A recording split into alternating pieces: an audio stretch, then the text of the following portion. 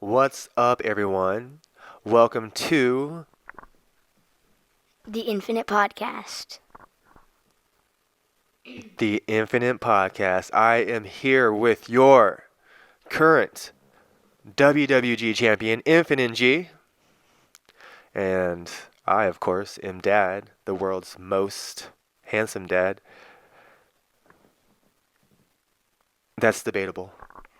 You could follow us on Instagram, starting with G. He is Infinite G0905. If you want to follow Dad's Instagram, follow me at Aries Moon 625. And of course, don't forget about our YouTube channel, which you're probably watching this on. Give us a like, subscribe, share. That always is greatly appreciated as we work on our channel and making it grow. So it's exciting. I'm proud of these podcasts. You also get a Toy W Championship not replica, but Toy W Championship. When we have when we make it to 200 subscribers, and we're going to, we are giving away a toy WWE championship to a random subscriber. So that's exciting too. Um, yeah, that's thank you for bringing that up. Yeah, it's important. I love these podcasts. I love these conversations that we have. We have conversations that they're important to have. And this episode is episode number 6, and it's called "Why Dad Turned Vegan." I have a question for you. Why is it Aries Moon 625? Like, why is it 625? That's my birthday. Oh. Yeah. Aries moon. Aries is so in astrology we have a sun sign and moon sign. My moon sign is in Aries, and once I researched what that means and read about it and discovered what that energy is, I realized who I was. So that's why Aries moon is super important to me. And then 625 is my birthday. So, yeah. Um, So yeah, this episode is episode 6, Why Dad Turned Vegan, and Dad just wants to start off by saying that Dad believes everyone is entitled to their own opinion, their own belief system, whatever they think is best for their life. Dad supports and I can get behind. Unless it's super harmful and negative and hateful, I think that everyone is entitled to live their life the way that they want to live their life. So this is not a video or a podcast to force my beliefs onto anybody. This is just my perspective of eating meat and turning vegan and my journey, because Dad lived most of his life as a meat eater, and it wasn't until Dad started to go through his spiritual awakening and his spiritual journey that things began to change for me. So I want to talk about that. And if you are thinking of any questions that you have for me during this, please ask. And then I want to ask you questions too, because you're not really fully a vegan. When you're with Dad. Yeah. So we'll talk about that. We'll talk about it. And I think that this is a cool episode. So I already have a question. okay. Oh. What was your favorite kind of meat to eat? That's a great question. The big three. Of course, hamburgers. A dad and Dad ate. Um, I should find a picture of me when I was really heavy. Dad used to be a lot heavier, and just a lot unhealthier, and that's because I ate a lot of bad food. Um, and some of that food was like a lot of hamburgers from fast food places, Taco Bell, McDonald's, those kind of places. And I ate it often, sometimes 2 times a day. And I wasn't conscious back then of what putting that type of food in your body does to your body and how it affects your health. I wasn't aware of that. I wasn't smart to that. I didn't know any of that. It all began with basically, I think, my spiritual awakening, and when Tia, my sister Julie, got cancer for the first time.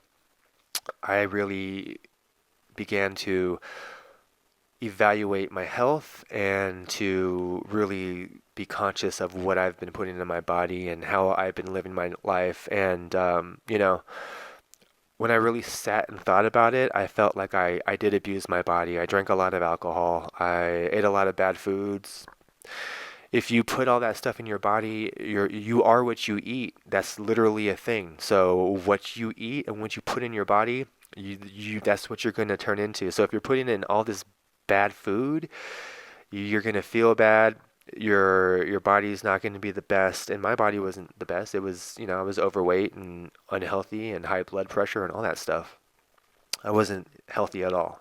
I wasn't in tune and aware of what health was and fitness and all that stuff. Actually, it was Uncle Ramel that introduced me to the gym, and then things began to change. But I was really heavy, and Ramel? yeah, Uncle Ramel. We went to his house, remember, with P Diddy and Uncle Aaron and his kids. Um, Not really. You all know him when I show you. We just went to his house, and his mom was there, and his brother Hendrik. You don't remember that? You got a terrible memory, man. So What were they? Where were we there for? to see Ramel, because he lives in New York. So P Diddy came. Remember they got Remember I got Chipotle and they put chicken in my burrito. Oh yeah. Oh that. Yeah, Ramel. Yeah. So he actually introduced me to the gym, and that really turned my life around. But also turning my eating habits around really helped a lot too. And in my opinion, becoming a vegan was the catalyst to that. I'll explain as well why I became vegan. But like I said, Tia got cancer, and I really began to understand like, oh, okay, well, if Tia got cancer, I'm way worse than Tia is. Like, I'm way unhealthier than Tia is. So I began to really think about like health and stuff like that. And then, I started to date Portia, and she kind of introduced me to like what being a vegan is. So at first it was more of just like a trend, like the thing to do, It wasn't until I begun to Begun. begun. Thank you. Yeah. Um, yeah. Began. I don't know. It wasn't until I begun, I think. Anyways, it wasn't until I started. Okay. So I forced myself. One day I just remember like kind of seeing it online on YouTube, and I forced myself, and this isn't really for kids, but this is just what it is. I forced myself to watch animal slaughter videos, right? And basically they're slaughterhouses because that's how meat is made. You slaughter the animal, and then you cut them up and you disperse the meat. So I forced myself to watch these videos, and Dad is a big softie, anyways. And I don't like violence. I don't like killing. So it was really hard to sit there and watch. And for me, once I saw that, I'm such an animal lover that something just changed. Something just changed for me because, I mean, look, isn't that thing adorable? Yeah. It is really adorable. I think that is the cutest thing. And what about a mother and her baby? Yeah, it's cute. I want a pig. Oh, I definitely want a baby pig when we have a house. Even this guy, look at how adorable. He's just chilling. He's just chilling, and people don't realize that pigs are actually smarter than dogs, and I think like there's a certain percentage more sentient beings than dogs, right? Monkeys are really smart. Monkeys are really smart too. I believe that. Yeah, I think animals in general are very smart. They're a consciousness. They're a living being, right? Right. This cat's a living being, correct? Right. It's adorable, isn't it? Yeah. This dog, right? Isn't he cute? Yeah, he is. You forgot one. Oh, did I? Where? Oh, Him. where? No, you forgot two. Oh, Him. oh yeah. He's cute. Super cute. Yeah. Look how peaceful he is. Look like he's having a dream. Isn't he just adorable? Oh, and one more. And that guy. And then Or Duncan. girl. That looks like That Duncan, looks yeah. a lot like Duncan. Yeah, it does. His tail. So, so Dad's an animal lover and a softie, and to see those animals getting treated the way that they were, it really affected me, and it changed me because I thought to myself, well, gosh, like how is a cow or a pig or even a chicken or a turkey any different from like a cat or a dog? Would you eat Duncan? No. No. That's just outrageous to you. Yeah. In some cultures, they eat dogs, Yeah. but you wouldn't eat a dog, right? No. No. But we eat cows and pigs and chickens, and we think that it's, how is that any different? How is it how in some cultures they eat dogs, right? And it's perfectly okay. In our culture here in America, we eat pigs and cows and chickens and turkeys and a lot of other exotic animals and stuff like that. How is that any different from a dog? I don't know. That's what I They're begin. both animals. Or They are both animals. So how is one different than the other? How is one life worth more than the other? Why is the other life just disregarded like that? Does that make sense? Why is the dog's life valued more than the cow's life? Why is the cat's life valued more than the pig's life? I don't know. I don't expect you to know, but these were questions that I started to ask myself because I didn't know either, right?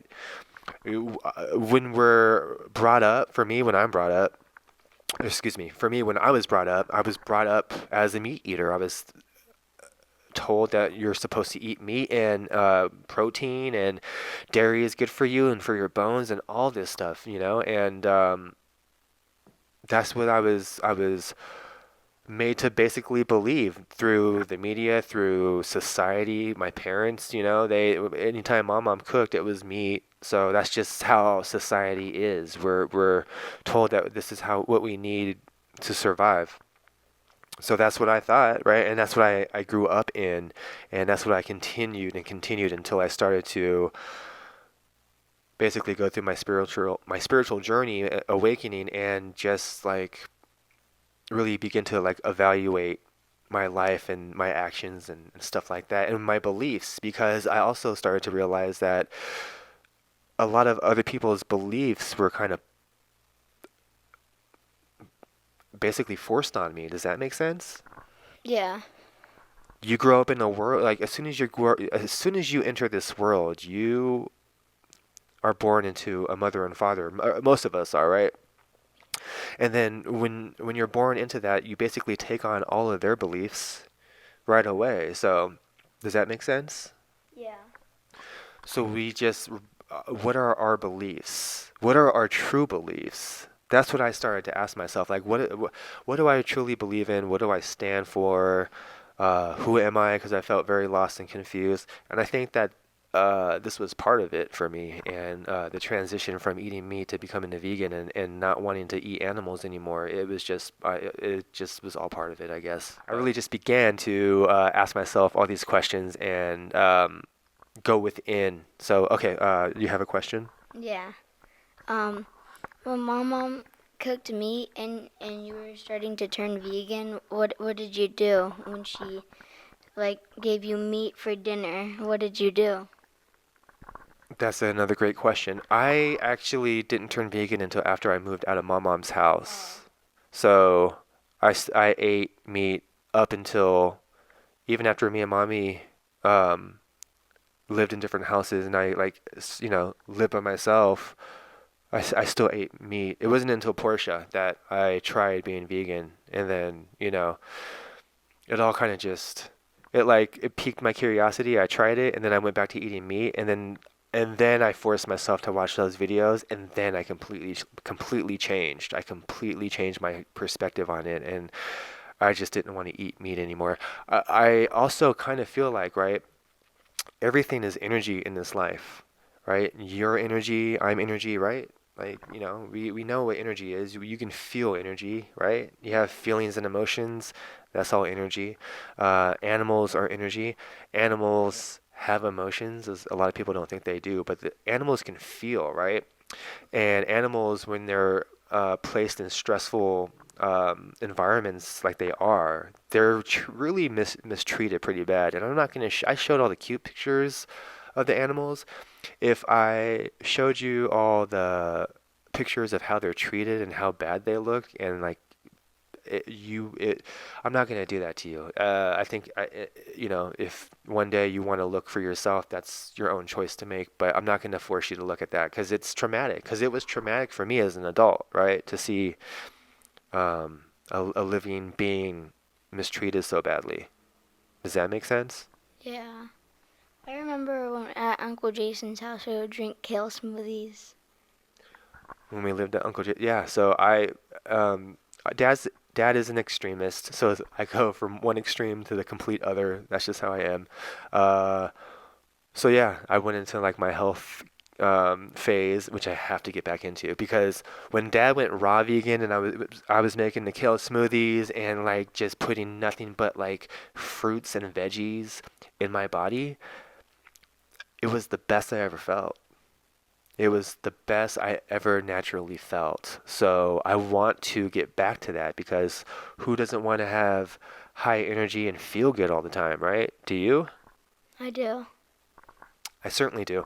There are a lot of really beautiful foods that we can put into our vessel, our body, to feed it, to give us really amazing nutrients and there's just so many great things. Blueberries, strawberries, just kale is good for you, greens, just all that stuff. Like I said before, you are what you eat. And I was eating a lot of McDonald's and fast food, and that's some of the worst stuff you can put in your body, and that's how I felt.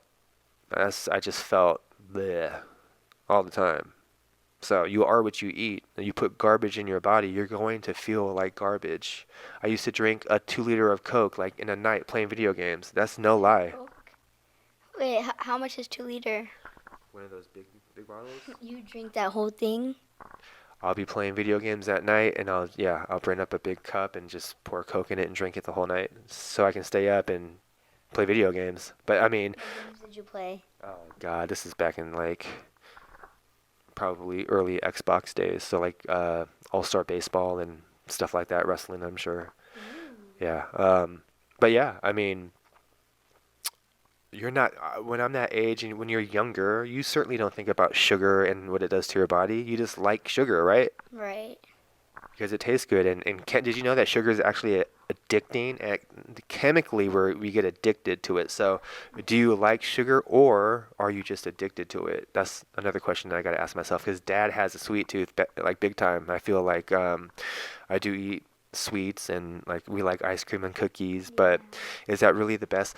At the same time, you have to live your life and you have to enjoy things in life too, you know? So, I mean, I think as long as there's balance and you're not doing it all the time, and that's not all that you eat, and that you eat healthy food and work out, to balance some of the bad stuff you might eat.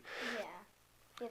Yeah, well, I think you try to lean more on the healthier side and indulge every once in a while, but Dad just had no self-control and his eating habits were really bad. So I've come a long way because now I fast. Now I'll fast until like 4 or 5 p.m. and not eat all day and You were just a kid at that time, you know?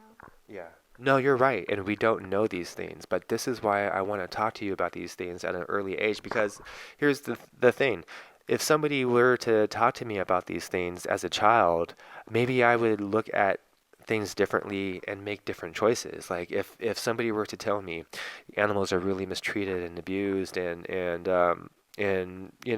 also you know tell me about how bad fast food is for you and sugar and stuff like that. I think I would have made different choices at an earlier age. But this is why I like to talk to you about these things because society doesn't always have it right. And sometimes we are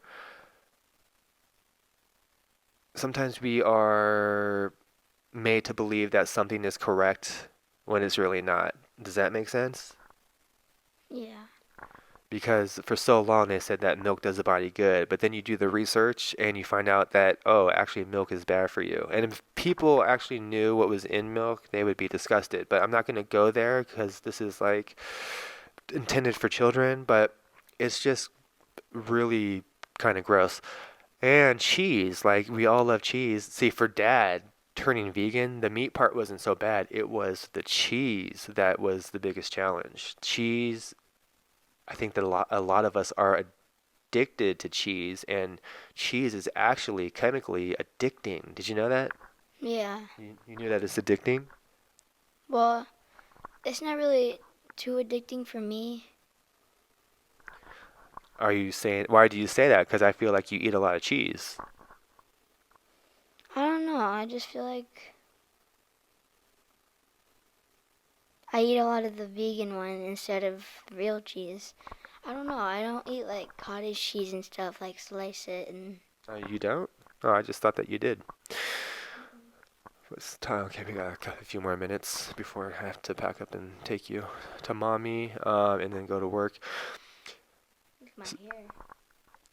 You like my cut? He just got a cut. He's looking really good. I just got a cut too, and I'm looking really bald. Ooh. Don't do it. I like your cut, G. So those were just the questions that I started to ask myself, and it just kind of changed my heart to see something mistreated so badly. And I asked myself, well, why is one life worth more than the other? It's not. They should be equal, right? Shouldn't they be Yeah. equal and be treated equally? Should be equal. Should. That's just how my heart felt. So I changed, and oh, like I was saying, everything's energy. In animals, we all store energy. Like when we go through traumatic experiences and we go through things, anger, all those emotions, we store them in our body. Did you know that? Yeah. Wait, no, actually, I didn't. So yeah, so when you go through something, and especially if it's like a traumatic experience or something like that, you hold that in your body until you're able to release it. There are techniques to release it, but I say all that to say that these animals are sentient beings, meaning that they have a life, right? Right. Just like you, just like me, they have a spirit, a life, right? Yeah. So We're the same. in a lot We're of all the in same. a lot of ways we are, right? And it's consciousness. We're all consciousness. So They have a heart. We have a heart. they certainly have a heart, and their heart gets broken. And they have a brain. We have a brain. Absolutely. I've seen videos of pigs and cows crying and because they're so mistreated, and who wouldn't cry in a situation like that? Yeah. I would. I certainly would. So, I say all that to say that when we store our emotions in our body, right? Even cows and pigs and stuff do as well. So these cows and pigs that are being abused and mistreated are storing all these emotions of like sadness, depression, stuff like that in their body. So when they die, that stuff is still stored in their body. So when people eat that, they're eating what those.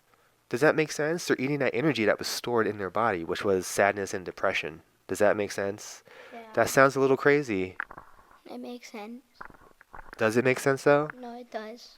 Because you're storing stuff in your body, your cells, right? Right, because you're eating it. And then we eat it. Yeah. They're not happy. They're not happy they're being mistreated and stuff. So when I watch those videos, I'm like, these animals are miserable. They're miserable. So it just changed my heart. And it's just sometimes you just have to face the reality of it, right? Sometimes you just have to face what it truly is.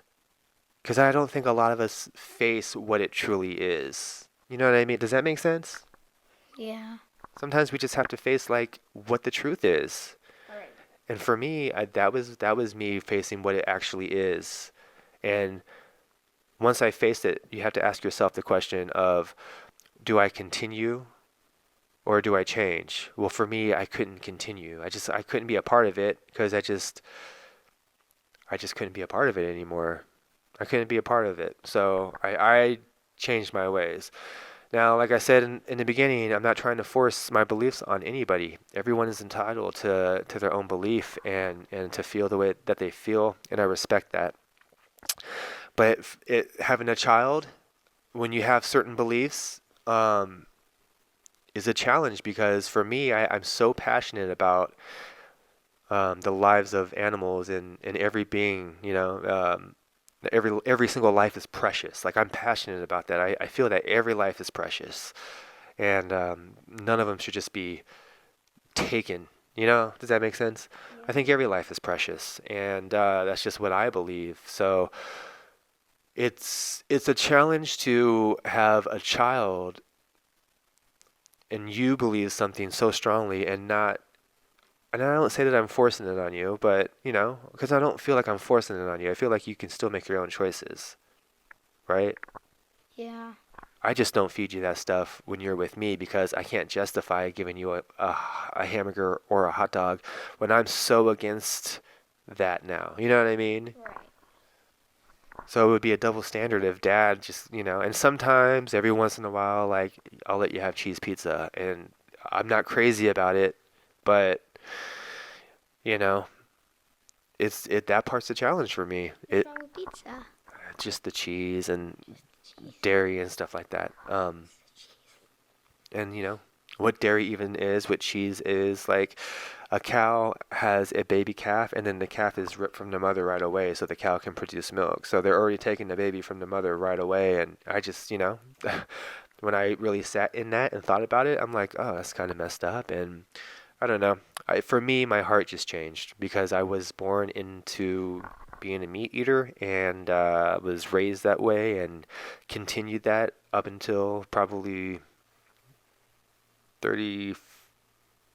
I haven't had meat for about 30 years. 5 or 6 years now. So I say probably like 34, 35. So when it started around, yeah. So yeah, that was that, and it is a challenge that your mom isn't vegan and that you still are fed like you know sandwiches and stuff like that. Like that is hard. Yeah, I have to admit that I'm sure it's hard for you too. So I never want you to feel guilty. I don't want you to feel guilty. I'm not trying to guilt or shame you. You have to know that like we're all entitled to our own choices. And I'm not judging you and you live the life that you want to live. But at the same time, I feel like we should talk about this stuff because no one ever talked to me about it. And maybe if they did, I would have made different choices a lot younger. But this was my journey and I had to go through what I had to go through. But thankfully, I was able to turn it around because if I continued the path that I was on, where I was my heaviest and, just not taking care of my body, who knows? Who really knows? Maybe I have a heart attack. Maybe I get cancer. Maybe I get sick. I don't know. And I'm grateful that I don't know because I turned it around and I turned my health around. But I'm grateful. I'm grateful that everything happens for a reason. And as hard as the times that you're going through, and to believe that everything happens for a reason, like everything does happen for a reason, and you go through the journey that you're supposed to go through, and that was just my journey. But I want you to know that I love you, and that I'm not. I know it's hard for you to tell me what you. Sometimes I ask what you have for dinner or lunch or something, and I can tell that you like don't want to tell me because it was probably meat or something, and you know, I feel bad for that. I'm not trying to put you in an uncomfortable situation at all. At all. I'm really not. Um, I'm just trying to give you options and just also make you stop and think about it because I think that we all should stop and really think about it. Really think about how animals are really mistreated and slaughtered and why is one life worth more than the other? Like, I don't know. That was just a question that always came to my mind. Why is one life worth more than the other? In my opinion, one life is not worth more than the other. They're all equal. That's just my opinion. And that goes for everybody and everything. That's just what I believe. And it feels good to say that. It does. I don't think there's anything wrong with that, that all life is equal and precious. Do you? No. I think that's a beautiful thing to say, that, everyone should be equal and we're all consciousness, and we're all in on this together, even the animals. Animals play a huge role in all of this. So it's just some food for thought, and just remember that you are what you eat. You truly are. I'm going to give the mic to G. I'm going to let him say whatever he wants to say or ask any questions, and then we're going to take off. Do you have any questions for me? How do you feel about me being vegan and your mom not being vegan? Like, how is that for you? Um,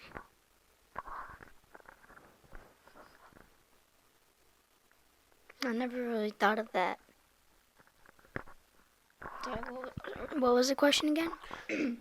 How do you feel with me being vegan and your mom not being vegan? It's just different. How? I eat vegan food with you. Sometimes I don't. And then I eat non-vegan food with mommy, and I don't know, it's just different for me. Like, different in a bad way? No, Do you feel confused about it sometimes? I think a little. I'm really not trying to confuse you about it. That's for sure. And I'm not trying to make you feel guilty either. I don't want to make you feel guilty. That's not my intention.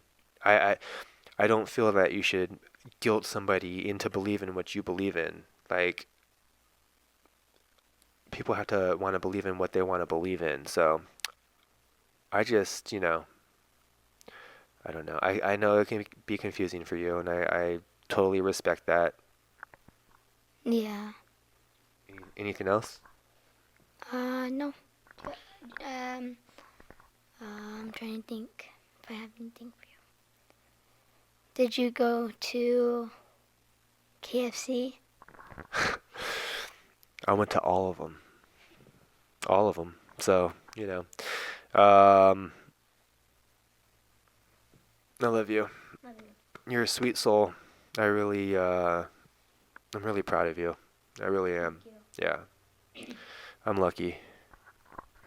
I was blessed with a beautiful soul as my son, so not everyone gets one as good and sweet as you are. Thank you. You're definitely a special one.